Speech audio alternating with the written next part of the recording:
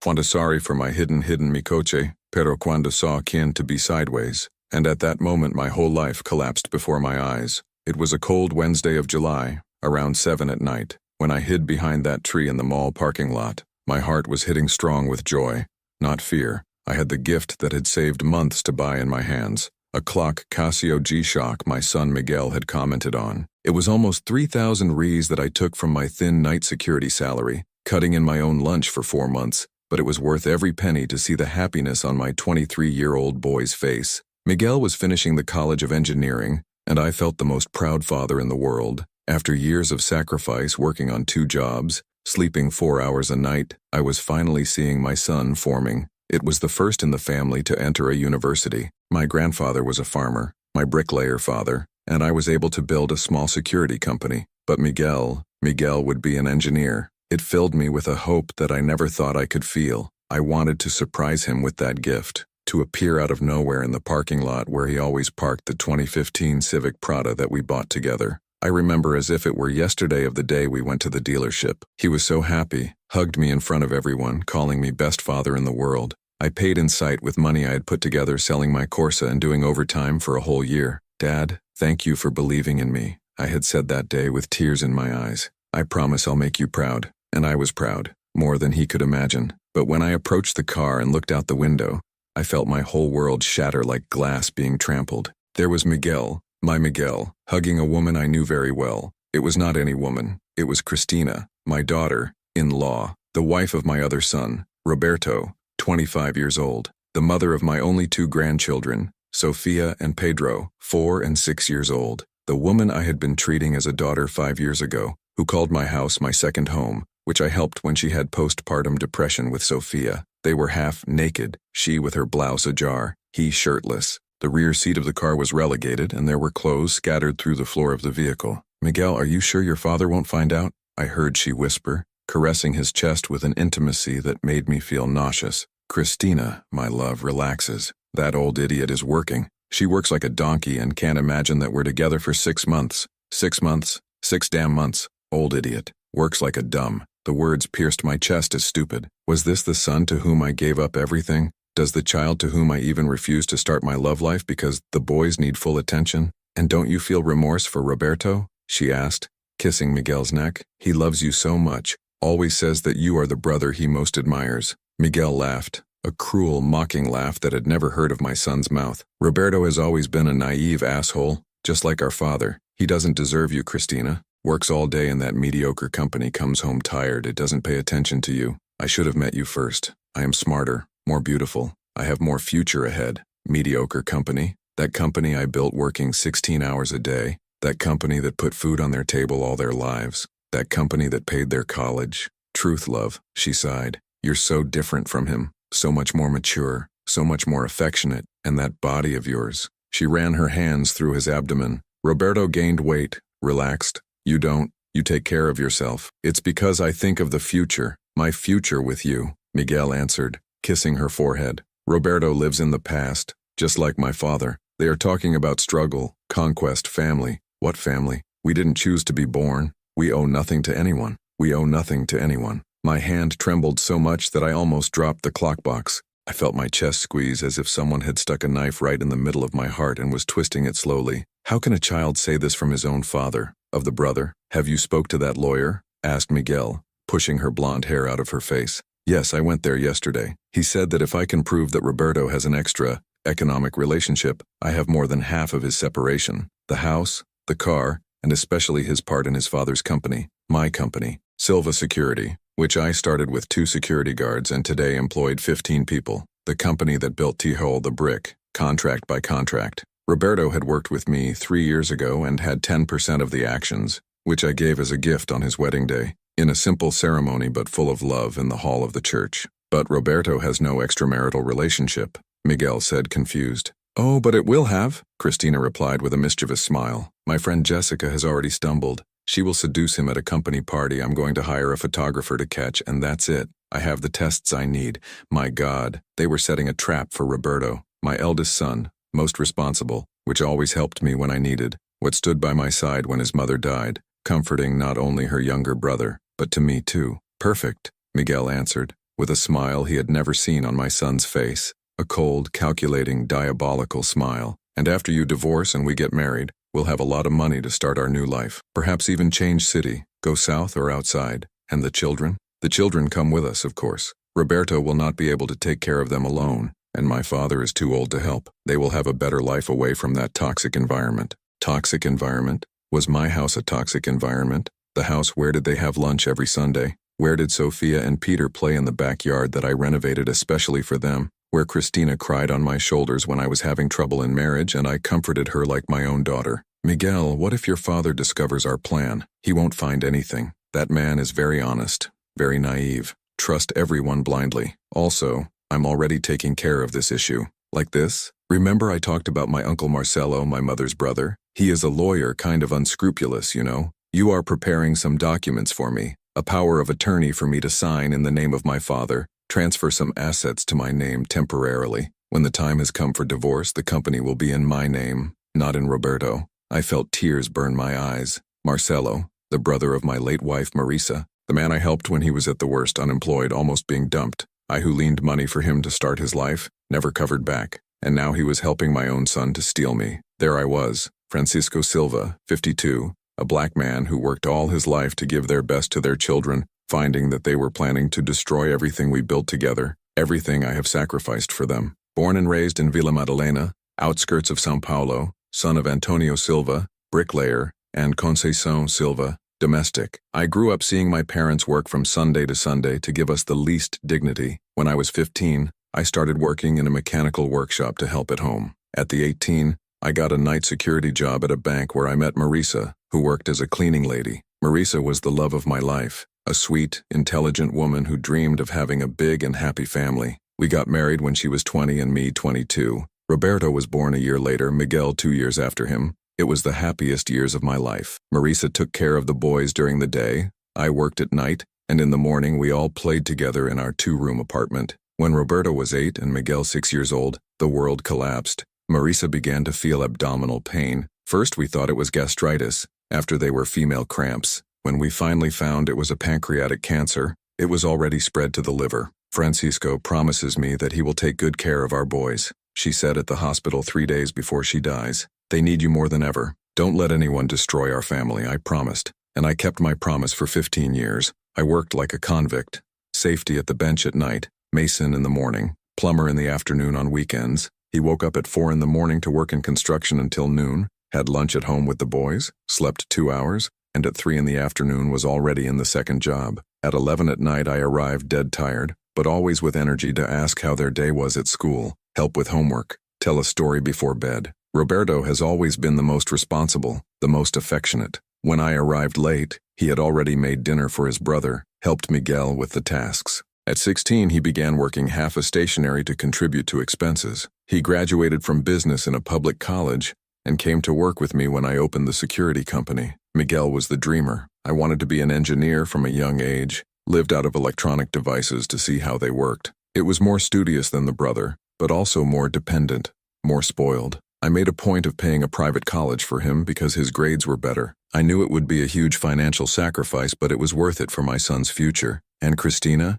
I met Christina when Roberto brought her home 5 years ago. A beautiful, blonde, polite girl, a middle-class daughter who fell in love with my working and honest son. He seemed to like Roberto real, respected our simple family, helped on Sundays when I barbecue in the backyard. "You're Francisco. The Lord is an example of a man," she said once.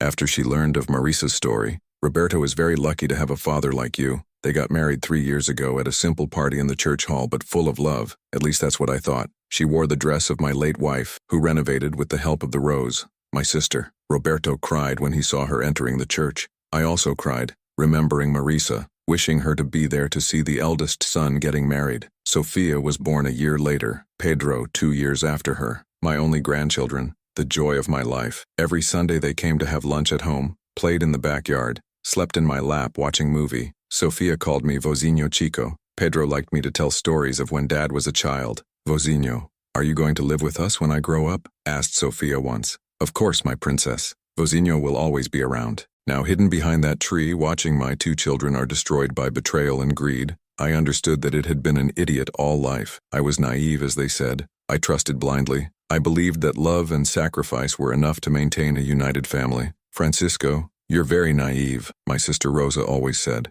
Not everyone is just like you. There are people who only think of themselves. There are people who will use you while you need it, and then throw you out like garbage. I never believed her. I always thought that if you treated people with love and respect, they would return the same way. That if you sacrificed everything for your children, they would recognize your effort. What family was sacred, indestructible, as I was wrong. Love, I have to go, Christina said, arranging her shirt and looking for her panties for the car. Roberto will be surprised if I take too long. I said I was going to the pharmacy to buy headache medicine. How long will we have to hide? Asked Miguel, pulling her for one more kiss. Short time. By the end of the month, the plan will be in action. Roberto will fall into the Jessica trap. I will have the photos, and in 2 months we will be free of this mediocre life. Mediocre life. They called our family family. It's okay, but tomorrow we are in the same place. Of course. I love you, Miguel. I love you too, Christina. They kissed once more. A long and passionate kiss full of lust and malice while I felt my soul being shattered piece by piece. It was not just the betrayal that destroyed me. It was the coldness with which they talked about destroying Roberto, about using my grandchildren, about stealing my company, about fooling me with fake documents. Christina got out of the car and walked toward the mall, arranging her hair, pretending to normal. A perfect actress representing the role of dedicated daughter, in-law and exemplary mother. Miguel spent a few more minutes in the car stirring on his cell phone. That's when I heard the audio message he sent to someone. So, Uncle Marcelo, is everything all right with those roles you asked for? Is the power of attorney ready? Perfect. Tomorrow night I go to your office to sign everything. My father will never suspect that I transferred the company and the house to my name. He blindly trusts me, the poor thing. It's even funny how naive it is. Funny. My ingenuity was funny to them. I felt my whole body shake with anger and hopelessness. It wasn't just a loving betrayal. It was much bigger, much deeper. An elaborate blow that involved my company, my goods, my home, all my life. They were planning to destroy me completely, leave me with nothing. The house where I raised my children alone. The company I built with blood, sweat, and tears. The grandchildren who were my reason for living. Everything would be taken from me by the children themselves that I sacrificed everything to create. The gift fell from my hand and rolled across the parking lot with a dry noise. The golden box of the clock hit the wet asphalt and opened, revealing the gift that would never be delivered. Miguel lifted his head, scared. For a moment our looks crossed through the hung glass of the car, and at that moment, I saw something in the eyes of my son I had never seen before. It was not love, it was not respect, it was not even guilt or regret. It was pure anger, anger to have been discovered, anger to have, that interrupts your dirty plans. And behind this anger there was something even scarier. There was hatred, hate for me. I even drove it home in shock, my hands shaking on the wheel of my Corsa 2010. I had to touch twice because I couldn't see properly. The tears blocked my vision. How can a father discover such a thing? How can two children plot against their own blood with such coldness? When I got home, the house was silent. It was almost 9 in the night of an ordinary Wednesday, which should have been an ordinary night. I sat in the room armchair, the same armchair where I watched a movie with my grandchildren on Sundays, and tried to process everything I had seen and heard. Miguel and Christina together for 6 months, arming a trap for Roberto, planning to steal my company, calling me old idiot. I took the picture on the television, that photo of our last Christmas, me in the middle, Roberto on my right holding Pedro on his lap, Miguel on my left with Sofia on his shoulders, and Christina crouched in front smiling, all smiling, a happy family, or at least that's what I thought. How can you fool me like this, Miguel? I whispered to the picture. I trusted you. It was then that I started to remember small details that at the time did not draw my attention, but now made perfect sense. 3 months ago, Miguel had asked me to sign college papers. He said it was supposed to get an internship at a large company that needed a guarantor. I signed without even reading properly, trusting him completely. Now I realize that it may have been the documents he mentioned in the audio for Uncle Marcelo.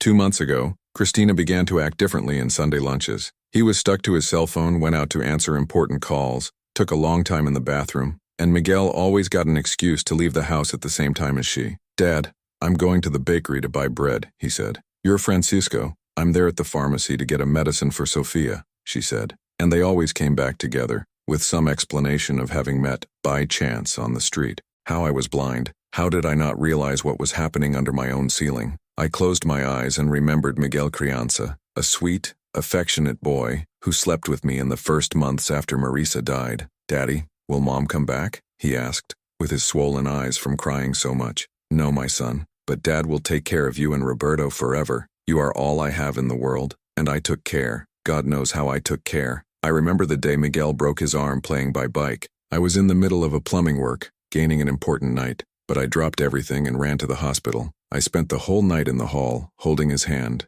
comforting him when he complained about the pain. Dad, thanks for never leaving me, he said that night, falling asleep on my chest. Never abandon. And now he was leaving me in the worst possible way. I also remembered the sacrifices I made to pay his college. While Roberto worked half a period and studied in a public, Miguel wanted to study engineering in a very expensive one. There were 1,500 reais a month, almost half of what I earned at the time. Dad, I promise I'm going to graduate and get a good job to help you, Miguel said when he managed to pass the entrance exam. One day I'm going to buy a big house for us to live together. To be able to pay the tuition, I started working also on Saturdays and Sundays. Cleaning water tanks, painting of houses, any service that appeared. I got to lose 10 pounds in 6 months to work and eat badly. Roberto even questioned me. Father, you are killing yourself to pay Miguel's college. What if he doesn't value? Roberto, don't talk about your brother like that. Miguel is a good boy. It will value, yes. As I was wrong. My cell phone rang. It was Roberto. Father, all good?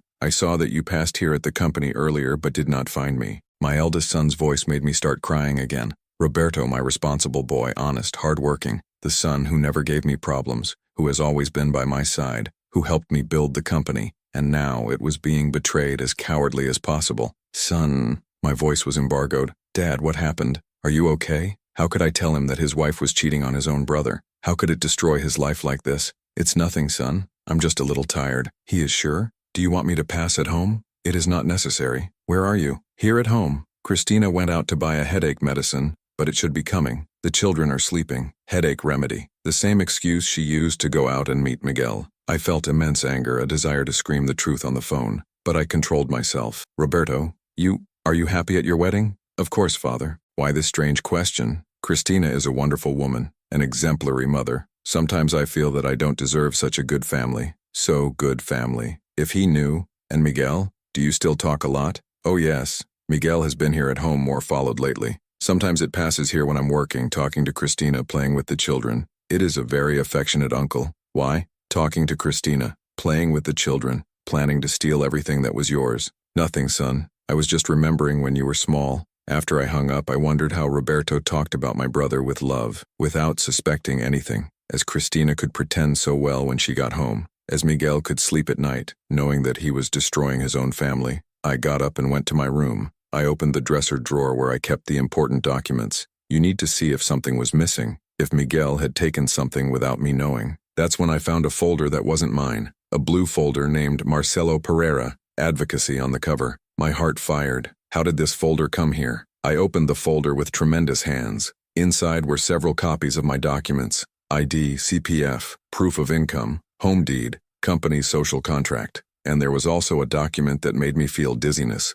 an already completed power of attorney, with my falsified signature, giving Miguel powers to manage all my assets. The date was yesterday. My God, I whispered, falling sitting on the bed. They had already begun to put the plan into action. Miguel already had cool access to everything that was mine. My house, my company, my bank account, all. I kept moving the folder and found something even worse. An action of interdiction in my name, claiming that I had signs of senile dementia and I was no longer able to manage my own goods. The document said that my children were concerned about my mental state and asked the court to name Miguel as my legal curator. Senile dementia? Committed mental state? How could they invent such a lie? But the worst was yet to come. At the end of the portfolio, there was a fake doctor report, signed by a doctor I had never seen in my life, attesting that I had clear signs of Alzheimer's in an early stage, and represented danger to myself and third parties. They were planning to declare me crazy, ink me,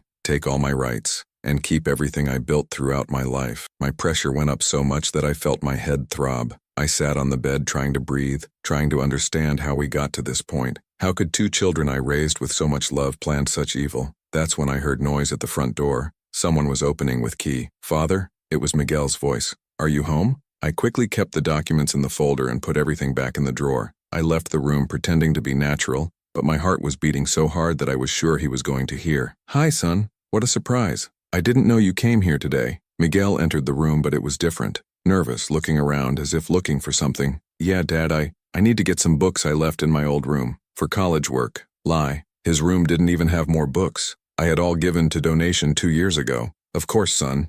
It is comfortable. I noticed Miguel to go towards the back of the house, but instead of going to the room, he went straight to my room. Without making noise, I approached and saw him rummaging in my document drawer. He was looking for Uncle Marcelo's folder. Shit, he heard whisper. Where are you? I quickly returned to the living room and pretended to be watching television when he appeared. Did you find the books, son? Oh, no, Dad. I think they are at Roberto's house. I'll pass there. Miguel, can I ask you a question? He stopped, tense. Of course, Father. You love me? The question took him by surprise. I saw a flash of something in his eyes. Guilt? Repentance? But it lasted only a second. Of course I love it, Dad. What is this strange question? It's just that lately I feel that you are distant, that there is something wrong. Miguel forced a smile and came to hug me. A cold hug without affection, mechanical. There's nothing wrong, Dad. It's just that I'm at the end of college, very stressed with the TCC and such. But as soon as I graduate, everything will go back to normal. Return to normal. If he knew I knew everything.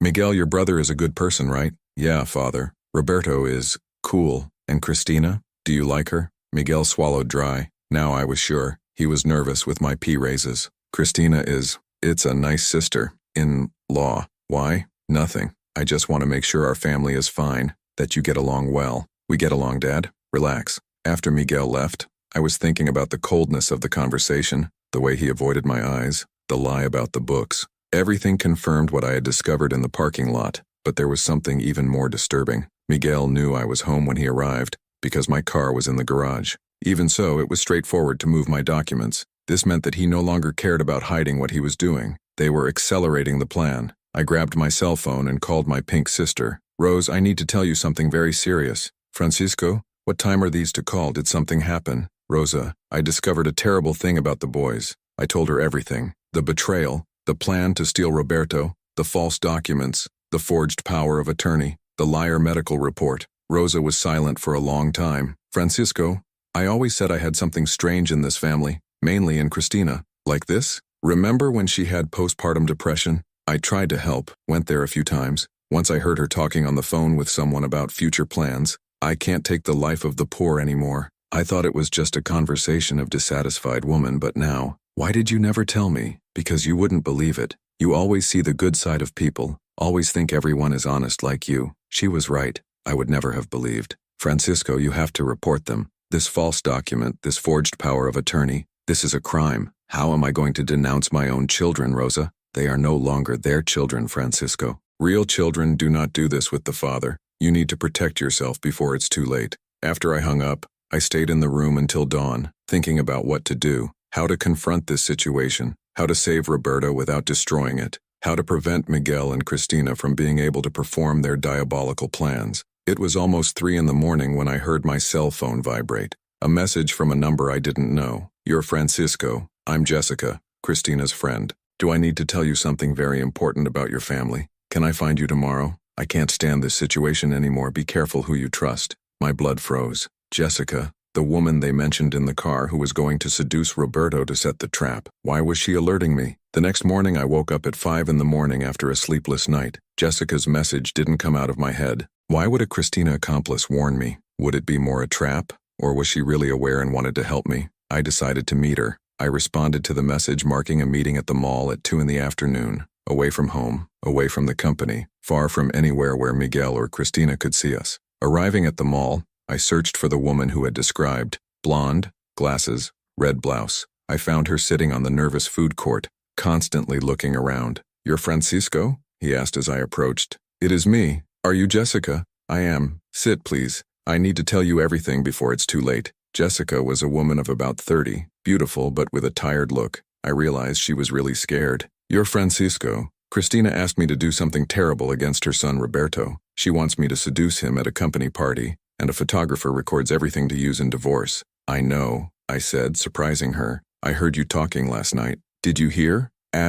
I told her about what had witnessed in the parking lot. Jessica got pale. My God, then do you know everything? About her and Miguel? I know, but tell me everything you know, all the details. Jessica took a deep breath and began to say, I met Cristina at the gym a year ago. At first she only complained about Roberto, said he was without ambition, that he earned little, that she deserved better thing. Then he started talking about Miguel, how smart, handsome, how he was going to be an engineer. And when did their relationship started? About 8 months ago. First were just conversations on WhatsApp. Cristina showed the messages to me, laughing, saying that her brother-in-law was in love with her. I thought it was wrong, but she said it was just a joke. But it was no joke. No, they soon started to meet. She invented excuses to leave the house, said she went to her mother's house, at the gym, at the doctor, always lied to Roberto, and Miguel did the same thing. He made excuses for the Lord. I felt my stomach wrap. 8 months of lies. 8 months deceiving me and Roberto. Jessica, and this plan to fuck crazy?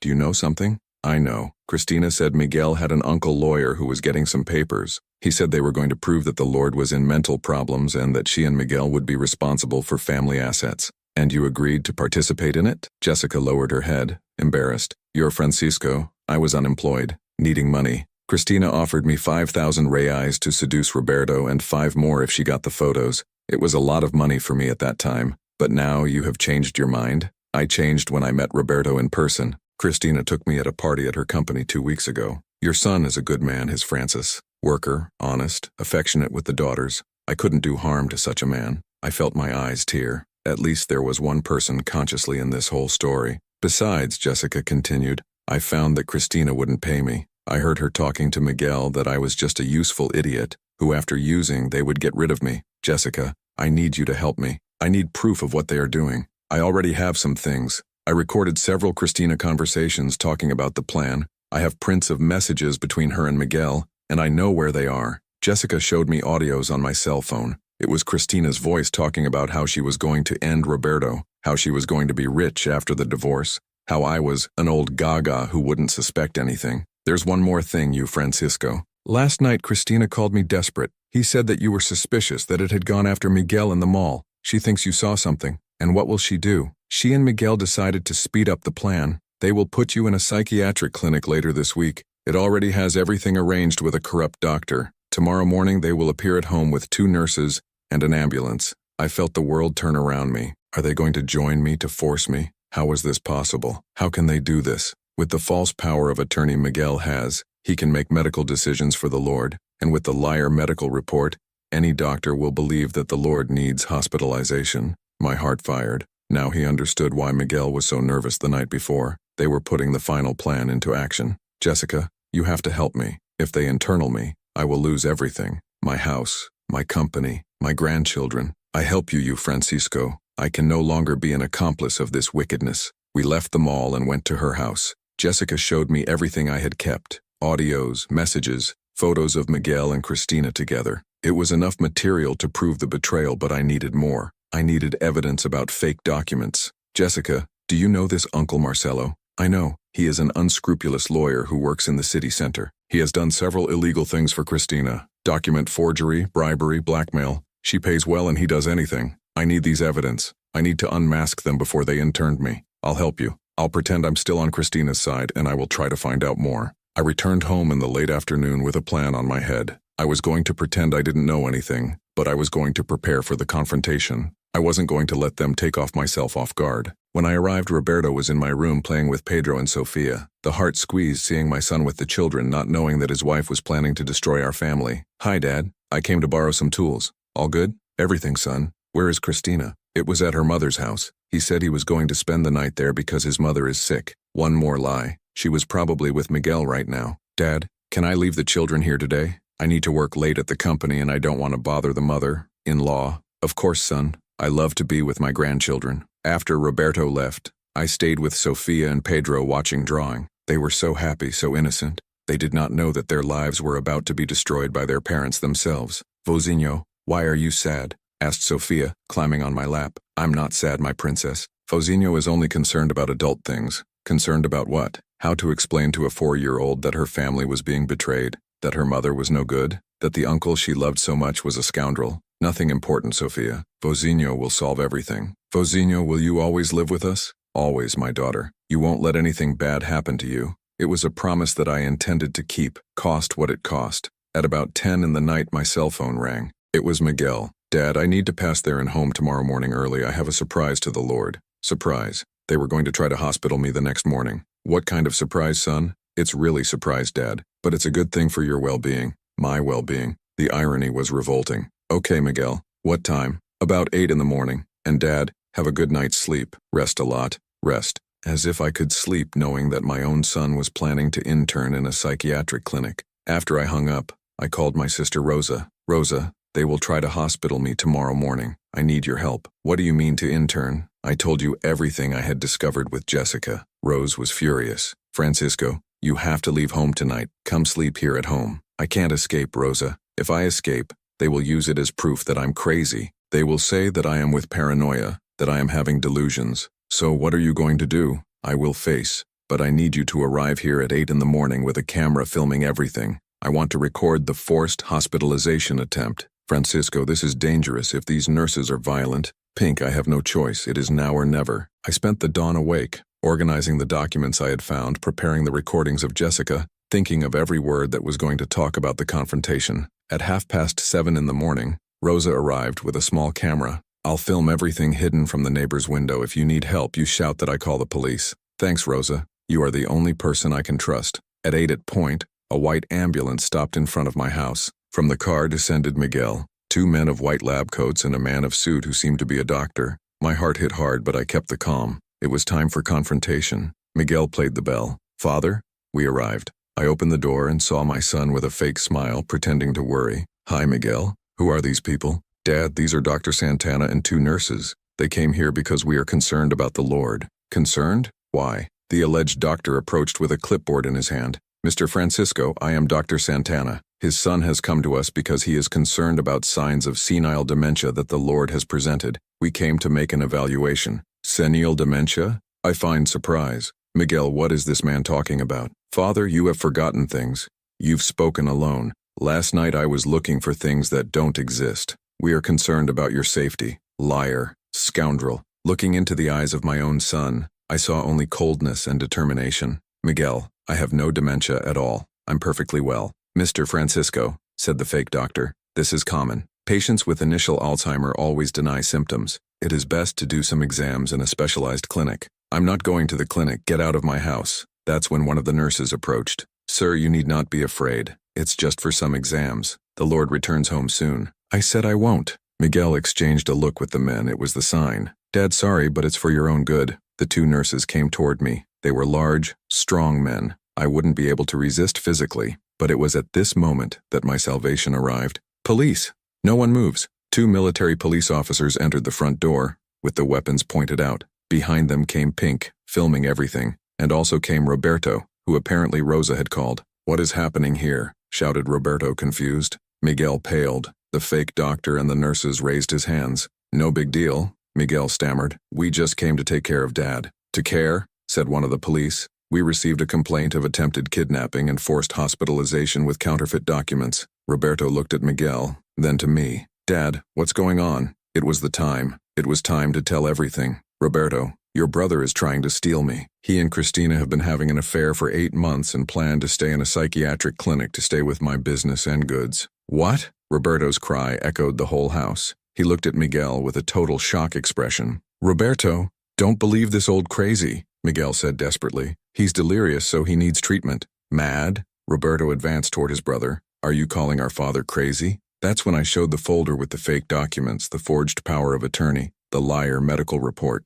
Roberto, look at it here. His brother falsified my signature, invented that I am crazy, and was planning to hospitalize to steal everything we built. Roberto took the documents with his hands shaking. When she read, her face turned red with anger. Miguel, is that true? Roberto, let me explain. Explains then. Explain how you can do this with our father, with your own family. Roberto, you don't understand. I understand that you are a traitor. That's when I dropped the final bomb. Roberto, there is one more thing. Cristina is cheating on you with Miguel. They have been together for 8 months. The silence was deafening. Roberto looked at Miguel, then to me, then again to Miguel. That's not true, he whispered. Miguel says this is not true. Miguel lowered his head, could not deny. Miguel, shouted Roberto, says this is not true. But Miguel said nothing, and this silence was the confirmation of everything. Roberto advanced on his brother and grabbed him by the neck. You slept with my wife. You cheated on your own family. The police had to separate the two. "Calm down, guys," said one of the police. "Let's resolve this at the police station." That's when Miguel, desperate, tried one last card. "Dad, please, I love you. It was all the idea of Christina. She manipulated me. Pardon me." I looked into my son's eyes and saw only despair, no love, not true repentance, only fear of the consequences. "Miguel," he said in a firm voice, "you stopped being my son the moment you decided to betray me." "Dad, don't say that. Get out of my house, all of you, and never come back." While the police took Miguel, the fake doctor, and the nurses, my son shouted one last time, "Dad, you will regret it. I know powerful people. You will still pay for it." A threat. Even being arrested, Miguel was still threatening me. Roberto stood in the middle of the room in total shock. "Dad, how could this happen? Like my own brother, son, there are people in this world who have no character. Sometimes these people are in our own family. And Christina? Where is she?" "Probably at Uncle Marcelo's house, the corrupt lawyer who was helping them." Roberto took his cell phone to call his wife. The connection went straight to the mailbox. She hung up her cell phone, he said, tears in her eyes. "Dad, what do I do now? How am I going to talk to children? How will I explain that their mother is a—" "Roberto, we'll go through it together. You are not alone." But I knew the war was not over. Miguel had threatened me before being taken prisoner, and Christina was still loose with access to my grandchildren. This battle was just beginning. 2 hours after the police took Miguel, my house was full of people I didn't expect to see together at a time like this. Roberto was sitting on the couch, still in shock, holding Pedro on his lap. Sophia played on the floor, not understanding why Dad was crying. Rosa prepared coffee in the kitchen, and Jessica had arrived with a folder full of documents and recordings. "Francisco," said Rosa, pulling me to a corner, "the situation is more serious than you think. I called my compadre Antonio, who works at the police station. Miguel has already been loose." "What do you mean?" I shouted, making Sophia look scared at me. "He had a lawyer waiting at the police station, an important, well-dressed man who presented a habeas corpus. He said Miguel was the victim of a frame of yours, that you were in mental problems and invented everything." I felt the blood boil. Miguel's threats were not empty. He really knew powerful people. And the fake doctor? The nurses? They were also loose. They claimed that they were hired in good faith to help an elderly man with dementia. Roberto approached, with red eyes from crying so much. "Dad," Christina called. "Want to talk to me?" He said he will explain everything, which has a different version of the story. "Roberto, it won't go to this conversation. She will try to manipulate you. But father, they are my children. I need to know what she has to say." That's when Jessica intervened. "Roberto, I have recordings of your wife saying horrors of you. Want to listen before you talk to her?" Jessica put her cell phone on the Vive and reproduced a devastating audio. "Jessica, Roberto is an idiot. She works like dumb to get a mix, get home tired. She doesn't pay attention. Miguel is completely different. It's intelligent, ambitious, has a bright future ahead. When I divorce and marry him, we'll have a luxury life. Children will have a much better stepfather than their biological father." Roberto got white.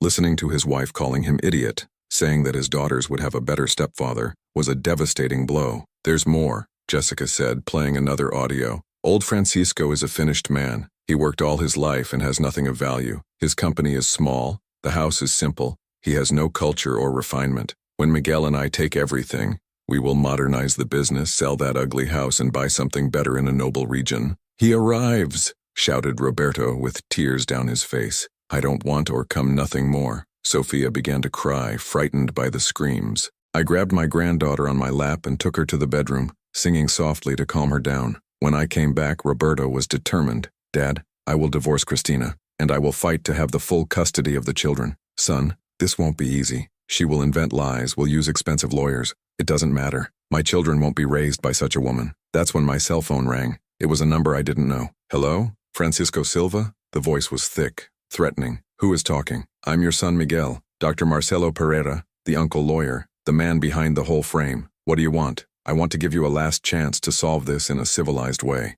My client is willing to withdraw the accusations against you, but you need to sign the transfer of goods and not sue anyone." "What accusations against me?" "Private jail, defamation, slander. Miguel will claim that you kidnapped him this morning, who invented lies about him and sister-in-law, who has serious mental problems. This is ridiculous. I have witnesses. I have recordings. Mr. Francisco, you are a simple man without resources. Miguel has the support of influential people. If this is for justice, you will lose everything and can still be arrested." The blackmail was clear. They wanted me to give up everything in exchange for not being processed. "What if I don't accept it? Tomorrow we filed the actions. Also, we will ask the kids to custody for Cristina, claiming that Roberto and you are unstable people, and we have evidence. What evidence? Ah, Mr. Francisco, you'll find out soon. The call was closed. I told everyone what had happened. Rose was outraged. Francisco, these scoundrels are trying to intimidate you. Cannot give in to blackmail. Rosa, they have money, expensive lawyers, contacts. I am a simple man, as they said themselves. That's when Jessica had an idea. You, Francisco, what if we turned the game against them? Like this? They are using influence and money to press the Lord. But what if we made this public story? If we showed everyone what kind of people they are? What do you mean public? Social networks, local press,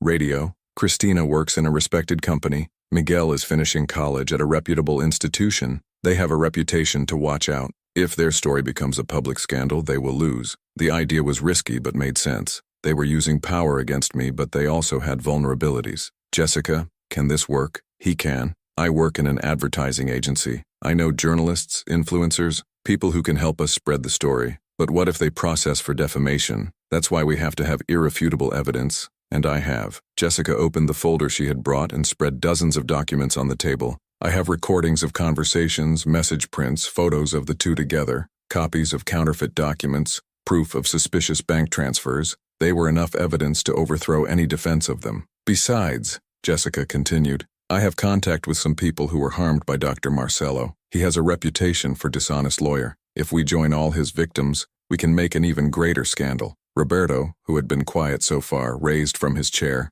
Dad, let's do that. Let's show everyone what kind of people they are. I will not let my children grow up thinking that betrayal and dishonesty are normal things. Son, are you sure? This will be very painful for children. Father, more painful is that they grow up with a liar mother and an uncle bandit. I prefer they know the truth now what they find out when they are adults. We spent the rest of the afternoon planning our strategy. Jessica called her contacts in the press. Rosa called some neighbors who have always been suspicious of Cristina. Roberto separated all the company documents that could prove the attempts of theft. In the late afternoon, we received an unexpected visit. It was the delegate Antonio, compadre de Rosa, who had come to bring us information. Francisco, I need to warn you. Miguel and Cristina are planning something for tonight. Like this? My investigators intercepted a conversation between them. They will try to get the children to force and leave the city. Cristina wants to take the girls to her mother's house in Minas Gerais. Can they do that? Technically, she's the mother. If there is no judicial measure from preventing it,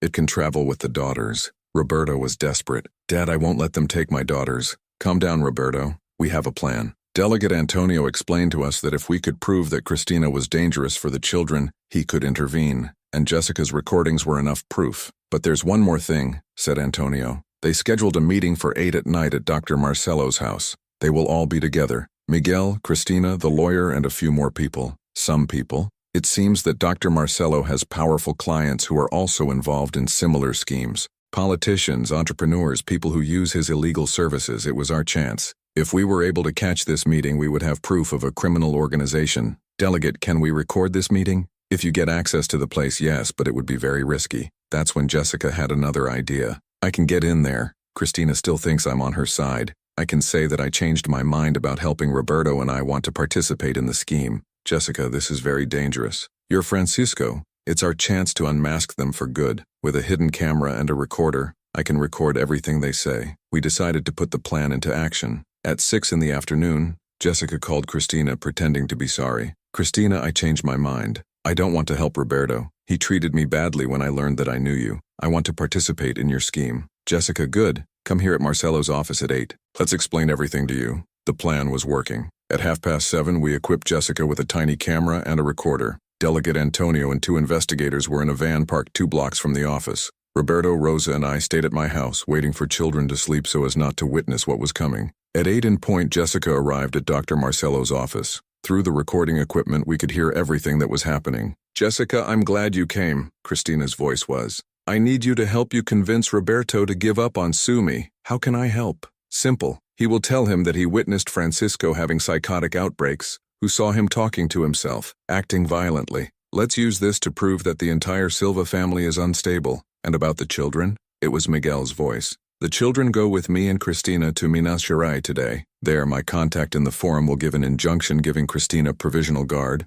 claiming that Roberto is violent. But Roberto is not violent, Jessica said. It doesn't matter. A voice we didn't know. I have judges who sign anything I ask. It was Dr. Marcelo. Doctor, said a woman's voice. And about the old man's company? Ah, Dona Patricia, this is the easiest part. With the power of attorney we forged, we have already transferred 70% of the company to the name of Miguel. When the old man dies or is permanently hospitalized, Miguel gets everything. Dona Patricia, that name sounded familiar to me, but I couldn't remember where. What if the old man decides to react? Asked Miguel. Miguel, you don't understand, laughed Marcelo. Your father has no way to react. It is alone, without resources, without support, and if he continues to bother, we have other ways to solve the problem. What ways? Accidents happen, Miguel. Elderly men sometimes suffer falls, heart attacks. They were planning to kill me. Roberto, who was listening to everything beside me, went white with anger. Dad, they are talking about killing you. Son, calm down. We are recording everything.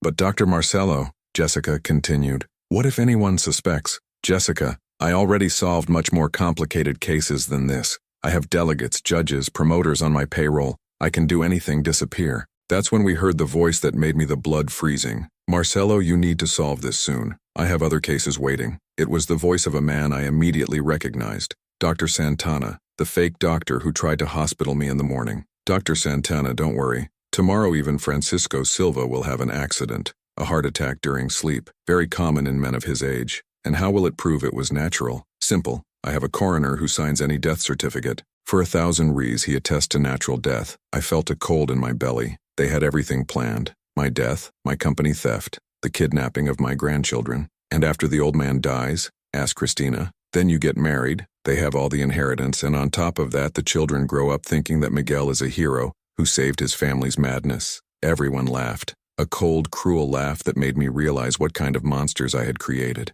That's when Jessica asked the question that changed everything. Marcelo, how many families have you destroyed like this? Ah, Jessica, we lost the bill. This year alone were 15 families. Rich elderly, small businessmen, people who worked all their lives and joined a heritage interesting. It is a very lucrative market. 15 families. They were a criminal organization specializing in stealing seniors. And no one never suspected? How will they suspect? Laughed Marcelo. The children are accomplices, the doctors are bought, the judges are in the scheme. It is a perfect system. Dr. Marcelo, said Dona Patricia's voice, when can we start the next case? We already have 3 selected families, one in Santo André, one in São Bernardo, and one right here in Sao Paulo. We are just waiting to finish the Silva case. Now I understood. I was not just a victim. It was part of a much larger scheme that destroyed whole families. That's when we heard steps running in the office. Police, no one moves. Delegate Antonio and investigators had invaded the office. We heard shouts, confusion, people trying to escape. Miguel Silva,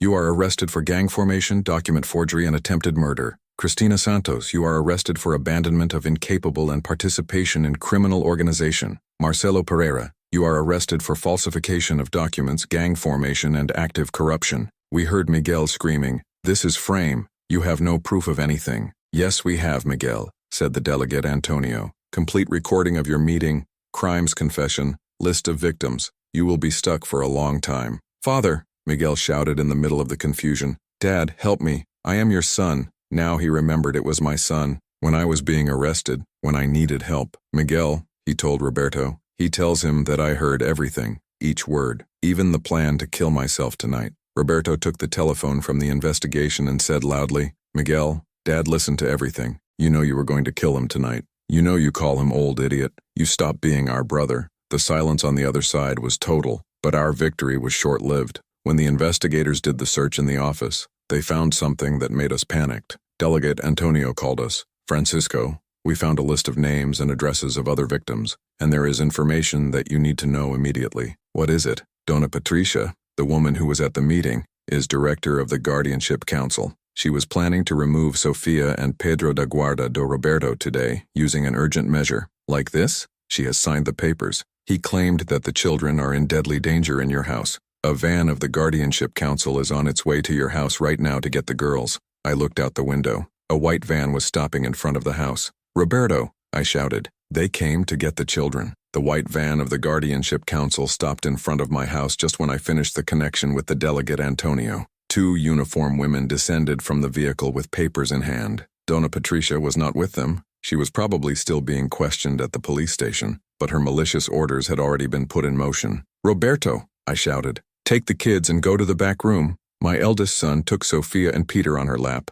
still half asleep, and ran to the bottom of the house. Rosa positioned herself on the front door, brave as usual. "Good night," said one of the women. "We are from the Guardianship Council. We came to seek the smallest Sophia and Pedro Santos Silva as a measure of urgent protection." "Measure of protection against what?" asked Rosa. "Denunciation of domestic violence, inadequate environment for minors and life, threatening for children, life risk." The same words they used to try to intern me. The same dirty strategy, now aimed at my grandchildren. "Where are the children?" asked the second harsher woman. "They won't take anyone from here," I said, positioning myself beside the rows. "Sir, do not make our work difficult. We have a court order. If you resist, let's call the police." "Call the police," said a voice behind me. It was the Delegate Antonio, who had just arrived with 2 investigators. "Delegate Antonio Ferreira," he introduced himself, showing the identification. "These 2 ladies are complying with an order based on fraudulent documents signed by Patricia Mendez, who has just been arrested for participation in a criminal organization." The 2 women looked at each other confused.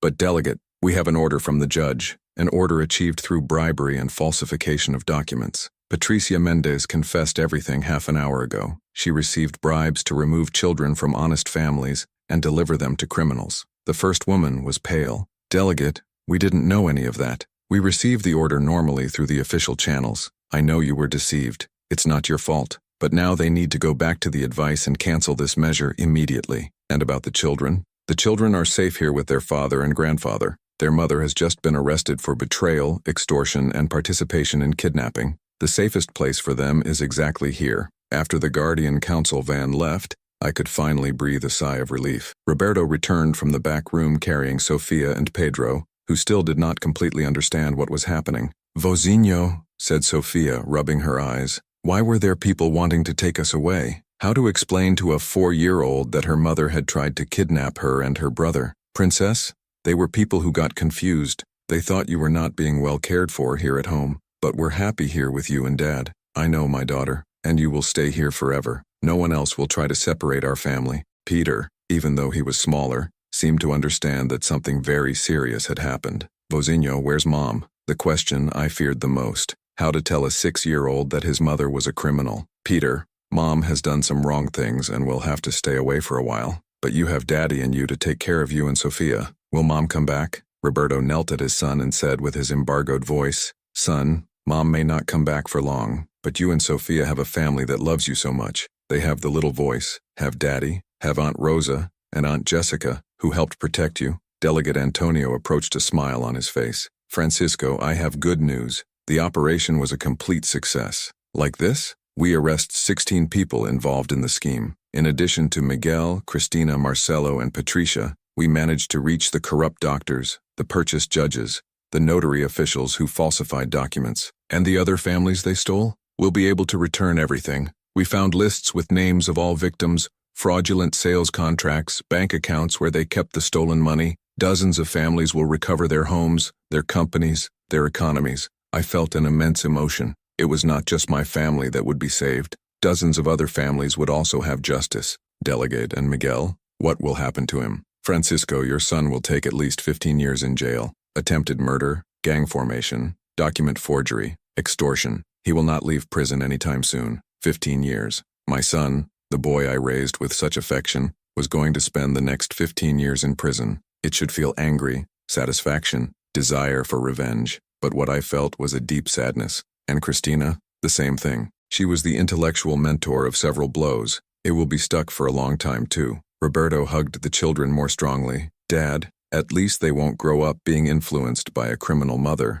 In the following days, the story became headline in all local newspapers. Criminal organization stole elderly with the help of accomplices. Document forgery millionaire scheme is dismantled. Heroic father unmasks a criminal son and saves dozens of families. Heroic. They called me heroic, but I didn't feel a hero. I felt a man who had failed as a father, who had raised a son capable of plotting my death. A week after the scandal, we received an unexpected visit. He was Dona Helena, a 70-year-old lady who lived in Santo André. "You're Francisco. I came here to thank you in person." "Thank you for Dona Helena. My grandson was planning to steal me using the same scheme your son used with the Lord. Thanks to your case, I became news. I discovered the plan in time and denounced." "Good, Dona Helena. I'm glad you could protect yourself." "You're Francisco. The Lord is an example for all of us. It showed that we cannot give up even when our own family cheats on us. In the following months, I received dozens of letters and emails from people who had gone through similar situations.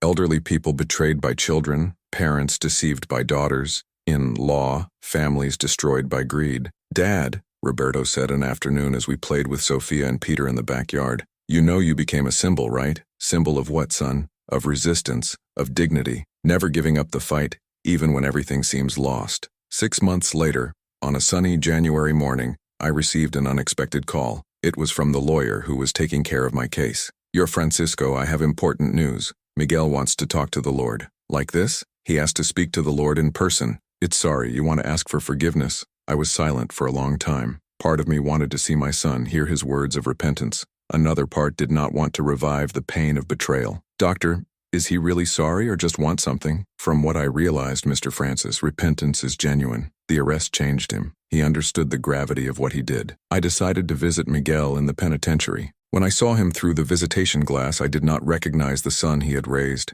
It was thin, pale, with deep dark circles. The months in prison had broken their arrogance. "Dad," he said, tears in his eyes, "pardon me. Miguel, you tried to kill me, stole my company. He betrayed his brother. I wanted to wear my grandchildren against me. I know, Dad. I know I was a monster, but now I understand what I did. I understand the evil I caused to our family." "And why did you change your mind?" "Here in prison, Father, I met men who were abandoned by their children, men who worked all their lives to give their best for the family and were forgotten when they got old. And then I understood that the Lord never abandoned me. Even when he discovered my betrayal, even when he saw me being arrested, the Lord never gave up on me. It was true. Even with all the pain, all the betrayal, Miguel was still my son." "Dad, I'm not asking to get me out of prison. I know I deserve to stay here. I'm just asking for forgiveness. And I want you to know that I will spend the rest of my life trying to repair the evil I did." "Like this?" "I'm going to study law here in prison. I want to become a lawyer and help other families who have gone through what are experienced.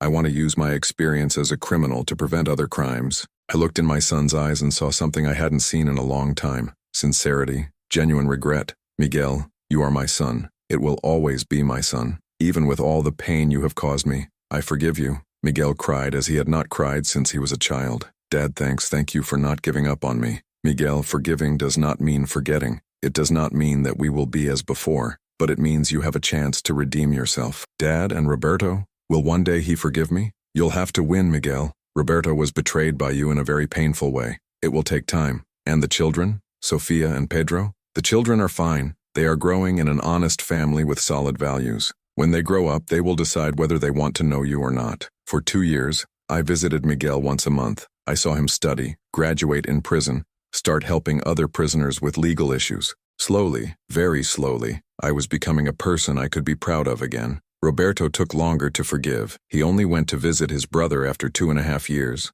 and only once. But he said he was willing to give a second chance as long as Miguel proved that he had really changed. The children grew up listening to the truth about their mother and uncle, but properly for their age. They have learned that sometimes people do very wrong things, but there is always a possibility of regret and change. 5 years after all this story, I receive letters from families daily that managed to protect themselves from similar blows because of the repercussion of my case. Silva Security has grown and today employs 30 people. Roberto married again, with a wonderful woman named Mariana, who treats Sophia and Peter as if they were her own children. Miguel still has 10 years in prison ahead, but has become a respected lawyer within the prison system. It has helped more than 100 families recover goods stolen by scammers. Its transformation is real, genuine, and me? I am still Francisco Silva, 57 now, a black man who worked a lifetime to build a family. I learned that family is not just blood, it is character, it is honesty, it is being present when they need you.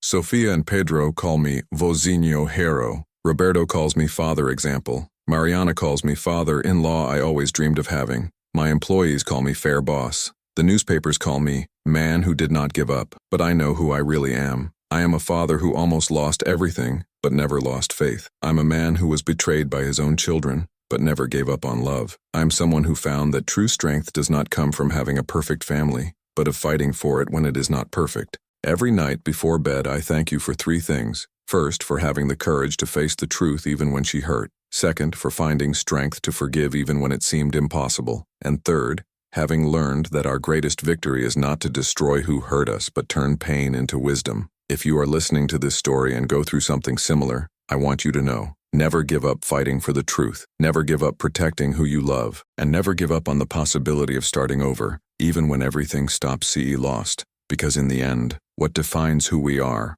not the betrayals we suffer, but as we respond to them. It is not the mistakes we make, but our ability to repair them. It is not the family that we are born, but the family we build with love, truth, and dignity. Today, looking at Sophia and Pedro playing in the backyard, to Roberto working honestly by my side, for the dozens of families we can protect, I know that everything was worth it. The pain passed, love remained, and justice, finally, was done.